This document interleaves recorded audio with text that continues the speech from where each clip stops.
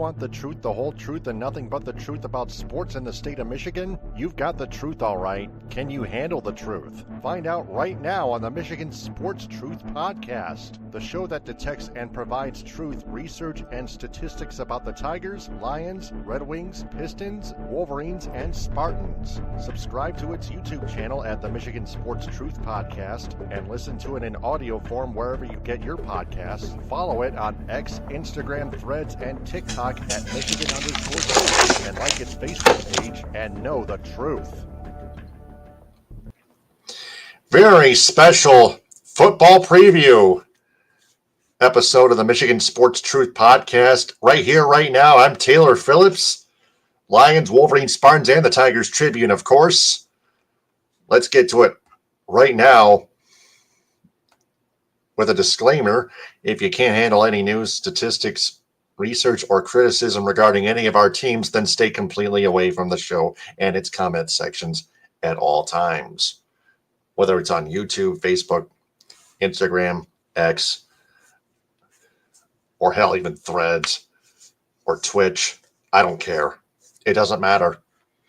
So, breaking news this morning, the Lions traded wide receiver Tim Patrick to the Jacksonville Jaguars for a 2026 sixth-round draft pick to make room for rookie wide receiver Isaac TeSlaa.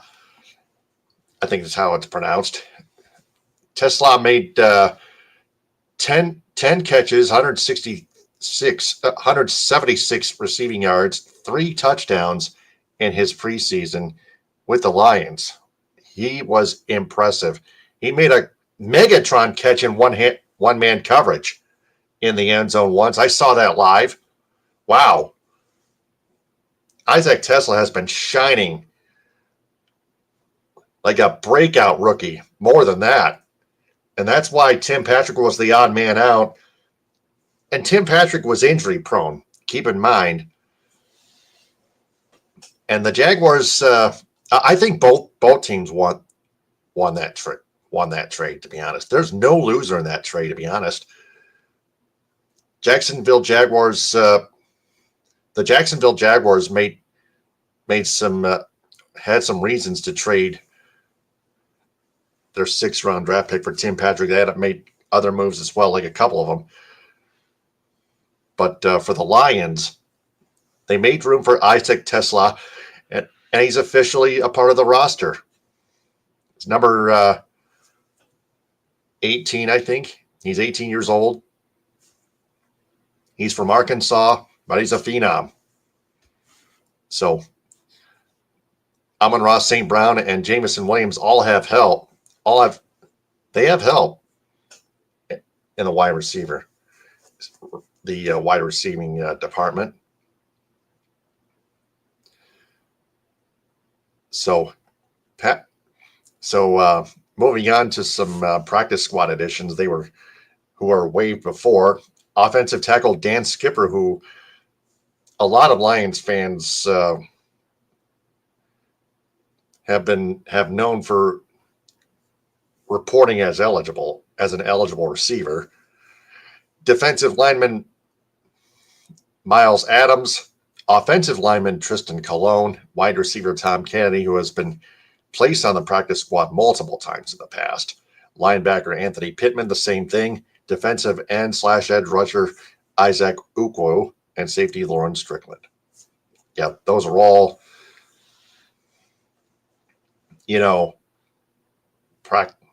practice squad players, of course. Frank Ragnow retired, of course. That's been it. Taylor Decker's out there. Penei Sewell still out there, along with Penei Sewell. Graham Glasgow.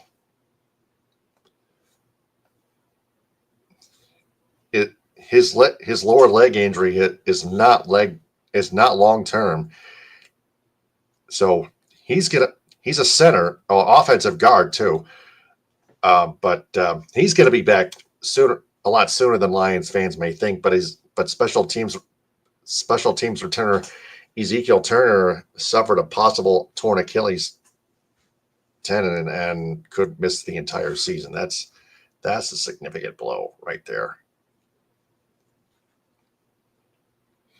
But that being said, the Lions named Kyle Allen a backup quarterback and cut quarterback Hendon Hooker.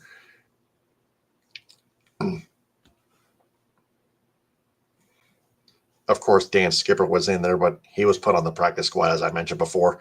Hendon Hooker completed only 55% of his passes, 0 touchdowns, 3 interceptions, and 2 lost fumbles.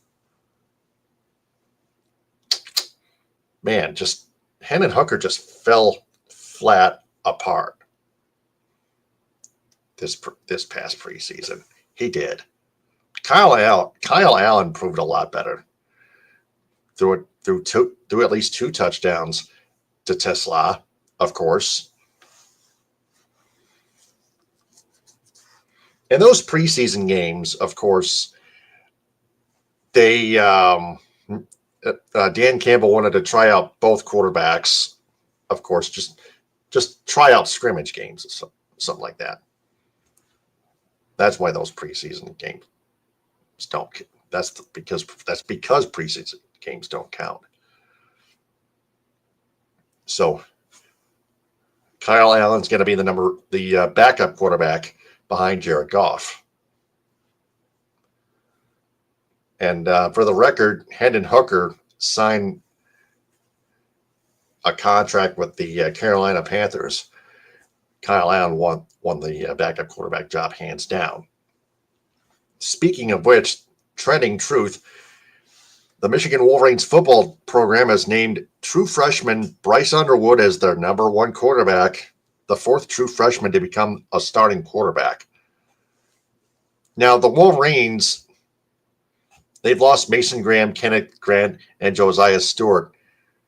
They're still looking to contend, but how are they going to contend for a Big Ten title and a college football playoff title without those 3 guys? They've already been drafted by NFL teams, Grant, Graham, and Stewart.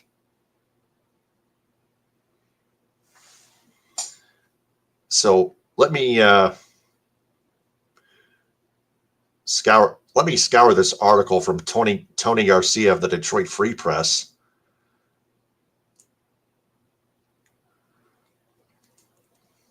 The offense had its fewest yards per game since 1963. Last year, returned 65% of its production after the losses of tight end Colston Loveland and running backs Khalil Mullings and Donovan Edwards and wide receiver Tyler Morris.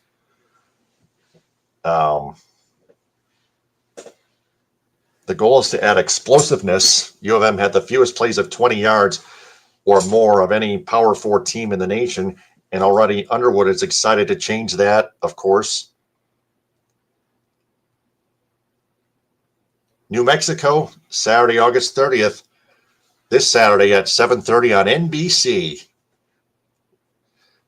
National local broadcast up here on TV 7 and 4, WPBN, Traverse City, WTOM, Sheboygan. Of course, local 4, Detroit and Southfield, WDIV. All the NBC affiliates in the state of Michigan.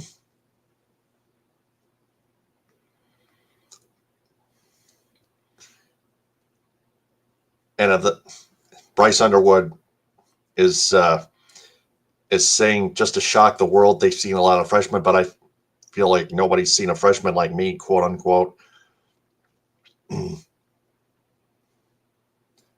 There's more on Underwood, and then, of course, the offense isn't just Underwood; it's a team. The team. Michigan, of course. New additions at running back, Haynes, and wide receiver, Donovan McCulley, in India, a transfer from Indiana. Who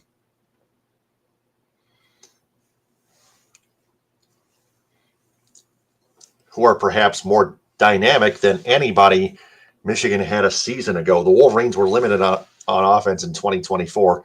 But the analysts noted it was in large part because of the quarterback's inability to push the ball down the field, whether it be Davis Warren, Jack Tuttle, or Alex Orji.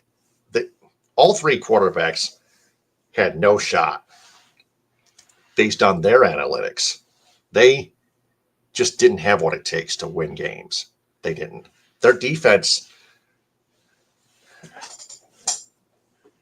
finished strong after a very slow start under defensive coordinator Wink Martindale.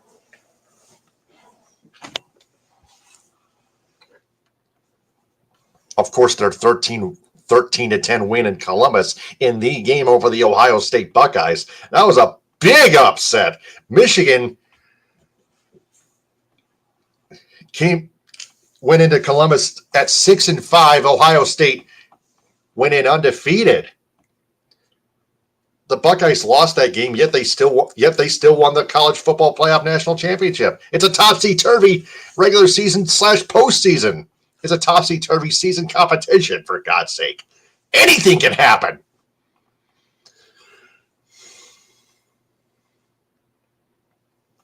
And Martindale called J.R. Hill the team's number one corner and said the room he may be the most excited about on the entire unit is linebacker. At cornerback, not quarterback, but corner, meaning the defensive backs, safeties and corners, The secondary receiving defense. Yeah, the receiving defense is the last line of defense. What's Haynes' first name again? Captain Max Bredson.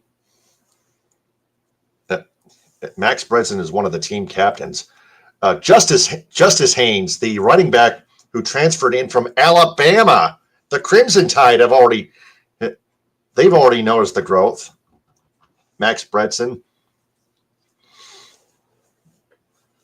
So that's all I needed to find. Chip Lindsey is the new offensive coordinator for the Michigan Wolverines, the Maize and Blue, of course. So it'll be interesting to see how Underwood and Chip Lindsey can work together as an entire offensive unit to lead the entire offensive unit. And then you got the Michigan State Spartans. Aiden Childs in one practice threw a 50-yard touchdown pass to wide receiver Nick Marsh. That was impressive. Well, Childs has thrown many deep passes to Marsh before in the last one or two regular seasons. Spartans again struggled under first-year head coach Jonathan Smith. He's entering his second year. Of course, the Spartans, their kickoff team, their place kicking team rather, they have new kickers on the team to replace Jonathan Kim. Tarek Ahmed Basic is a walk-on from Clinton Township. He's a game-time decision for the Friday night game on FS1 in Spartan Stadium in East Lansing against the Western Michigan Broncos from the Mid-American Conference.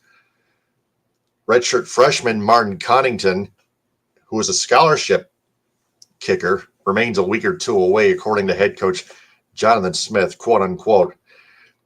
Also got fifth-year senior and walk-on from Dexter, Blake TeSlaa, who played his previous three seasons with Davenport. He has an opportunity to make his NCAA Division I debut. Davenport was Division II. Davenport is Division II, so TeSlaa is entering Division I.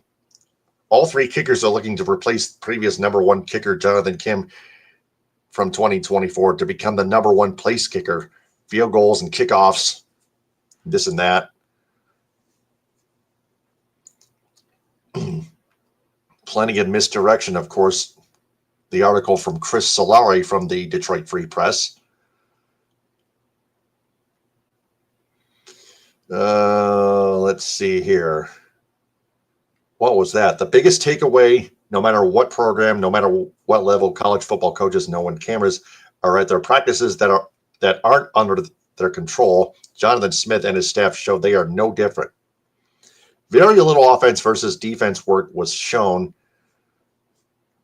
other than a couple quick and vague snippets.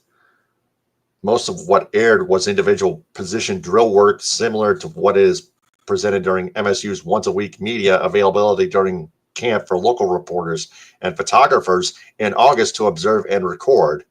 And though it appeared that some of the Spartans who are not in those open portions of preseason camp had returned to the field, it became far murkier to judge based on jersey numbers. Why? In one clip, 3 running backs wore number 4 on their jerseys, and another 2 offensive linemen with wearing the number 72 on their jersey, on the backs of their jersey, fronts and backs of their jerseys. An offensive player wearing number 86 ran a pass route against what appeared to be upper depth chart defensive backs.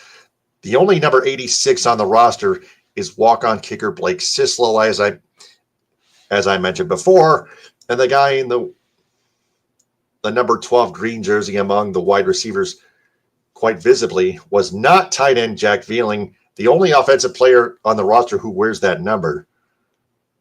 So someone else must have worn his number. Jack Veling must have been out. From what I can tell from reading this article, though there clearly was some masquerading for the cameras, it did catch TeSlaa off to the side, pantomiming kicks along the sideline. Let me take a sip of my water here. Wearing my Red Wings jersey and taking a sip of water from my Pistons Tervis cup.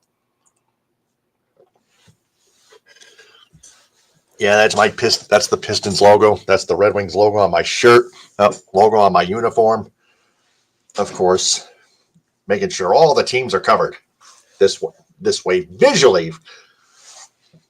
And of course, audio, of course, mentioning all the teams.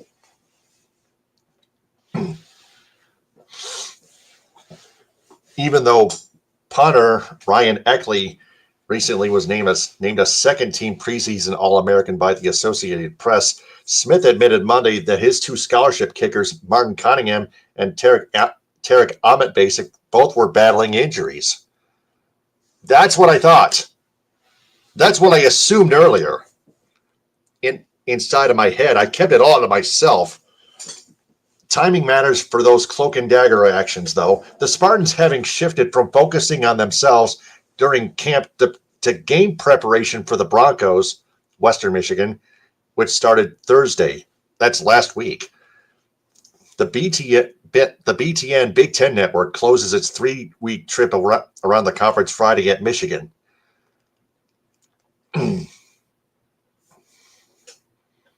I think that's this week, Friday, before Michigan kicks off against the New Mexico Lobos.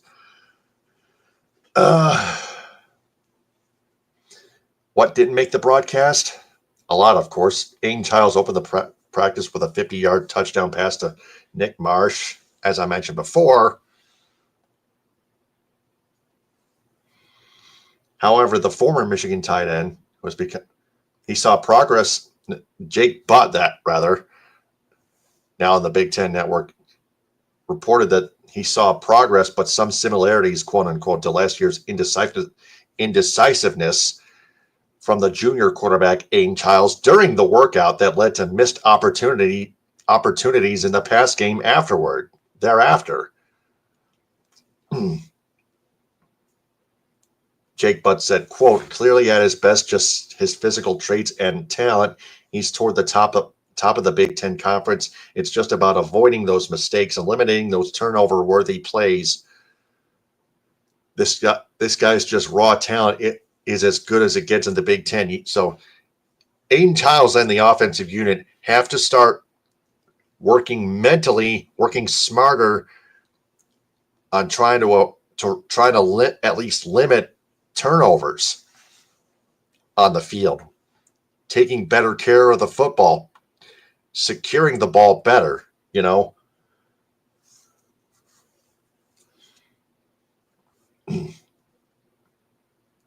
So Jonathan Smith's transfer portal additions in the secondary will give MSU an immediate boost in man coverage and far more depth from the year ago. He said it will be up to defensive coordinator Joe Rossi to scheme up front to generate more pressures and sacks, adding that there isn't a, quote, star-studded elite guy coming off the edge, unquote. So, yeah, you got the offense. Of course, the offense has to start working on limiting turnovers, and the defense, of course, the pass rush, the defensive line, they have to bring more pressure, like more snaps than often. So they got lots of work to do on offense, defense, and special teams, the Spartans.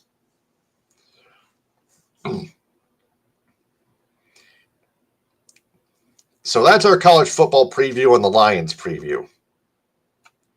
So check out their schedules wherever you get your schedules, on every website, DetroitLions.com, MGoBlue.com, MSUSpartans.com, ESPN.com, it's FoxSports.com, TheScore.com, anywhere.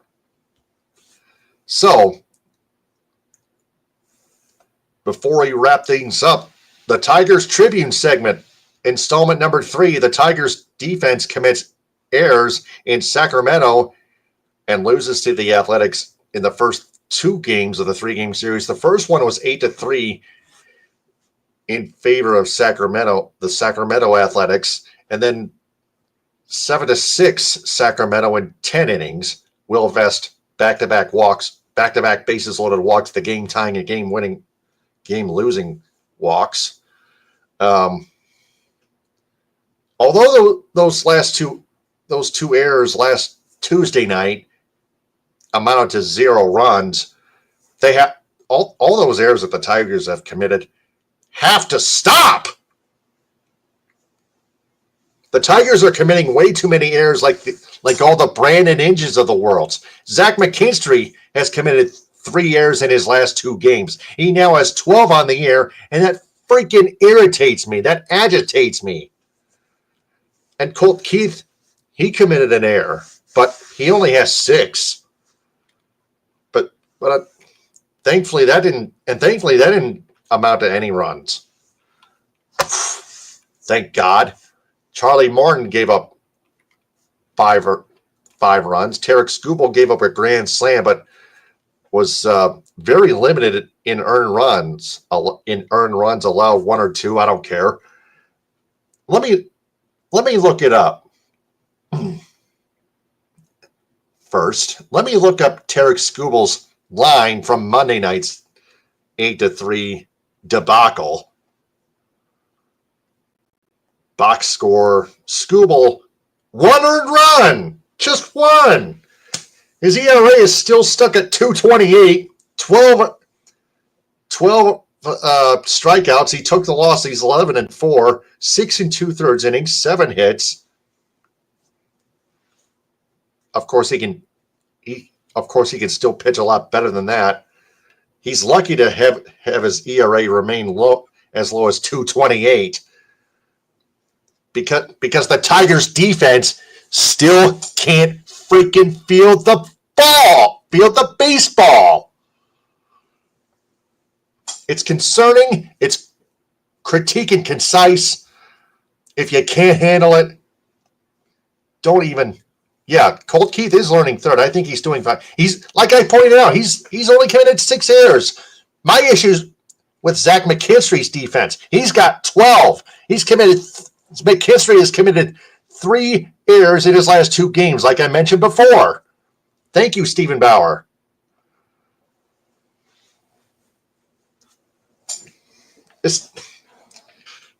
Zach McKinstry can hit, and he can run very damn fast, except he's not smart on the base pass.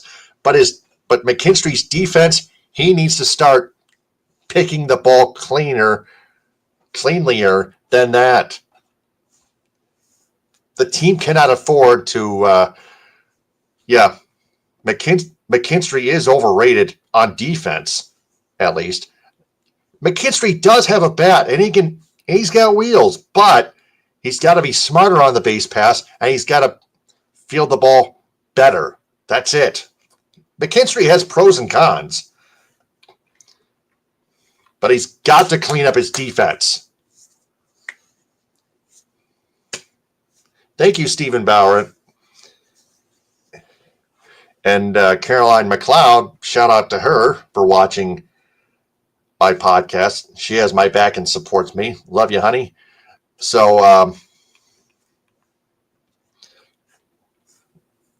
that's our Tigers Tribune segment. Now our What We've Learned segment to wrap things up. The Lions, Wolverines, and Spartans football teams have fresher players on their rosters, and the Tigers defense, again, keeps committing too many errors, and they have to clean it up, no matter who you are. Zach McKinstry especially, though. Wow. Fanman commented, while I understand Hooker's 20 preseason drive scoring only 3 points was a terrible performance, arguably he's still better than having nobody, and since he's now a Carolina Panther, who is quarterback number 3? I couldn't remember, to be honest. But thank you for asking. I'll try to look it up. But Kyle Allen is the number 2 quarterback behind Jared Goff of the Lions. So that's our What We've Learned segment. And that wraps up another episode. That cans another episode of the Michigan Sports Truth Podcast. I'm Taylor Phillips. Subscribe to its YouTube channel at the Michigan Sports Truth Podcast. Like its videos. Turn on all notifications on the bell icon on the inside the subscribe button. The bell icon is right there in the subscribe button. Click or tap on live to find its latest full episodes and check out its shorts videos. Also watch it live and follow it on Twitch at Michigan Sports Truth. Listen to it in audio form on Spreaker, Spotify, iHeartRadio, Apple Podcast, Amazon Music / Audible, Castbox, Deezer, Podcast Addict, Podchaser, and JioSaavn. I was just checking the Instagram comments. None there. Also, join its supporters club on Spreaker, just $2 a month. Bauer says we don't have a number 3. We don't have one. No need to look anything up. That's what I thought. Thank you. I think the Lions only need 2 quarterbacks anyway. With that being said, follow the Michigan Sports Truth Podcast on social media on X, Instagram, Threads, and TikTok at Michigan_Truth. Also on Reddit at u/Michigan_Truth, and like its Facebook page. Also on Patreon at patreon.com/Michigan Sports Truth. Statewide business endorsements, not sponsors, but business endorsements go to Cops and Donuts, Grand Traverse Pie Company, Meyer, J&H Family Stores, Positive Chimney and Fireplace, Rally House, Jets Pizza, Michigan's Adventure, Alpine Chocolate House, Subway, Hudsonville Ice Cream, Tom's Food Markets, Bigby Coffee, Detroit Wing Company, Tommy's Express Car Wash, Simply Delightful, Tropical Touch Spa, and Main Street Rocks. Main Street Rocks in Durant is also a proud sponsor of Swartz Creek Youth Baseball.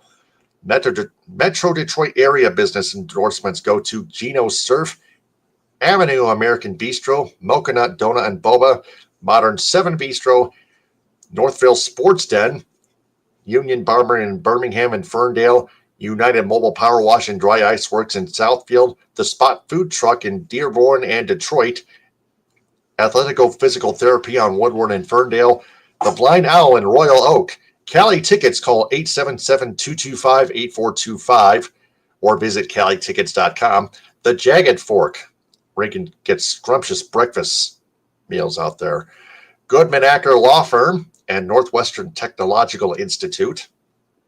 Local business endorsements go to the B4 Foundation in Ithaca, the Front Porch in Sutton's Bay, the El Cilantro Taco Shop in Petoskey, Bay Mills Resort and Casino in Brinley, United Food Service Solutions of Grand Ledge, Fletcher's Pub Texas Corners in Kalamazoo, the Michigan Theater of Jackson, Hooters in Saginaw, Anna's House in Grand Rapids, and Spicer's Boat City in Houghton Lake. Traverse City business endorsements go to Erica Nita of Traverse City Real Estate, Yen Yoga and Fitness inside the Delamar Resort, Hotel and Resort, Firefly Kitchen and Bars, and Well-Being with Catherine Palms. Cadillac business endorsements go to Cadillac Grill, Cadillac Nutrition, Cadillac Horizon Books, Creative and Embroidery for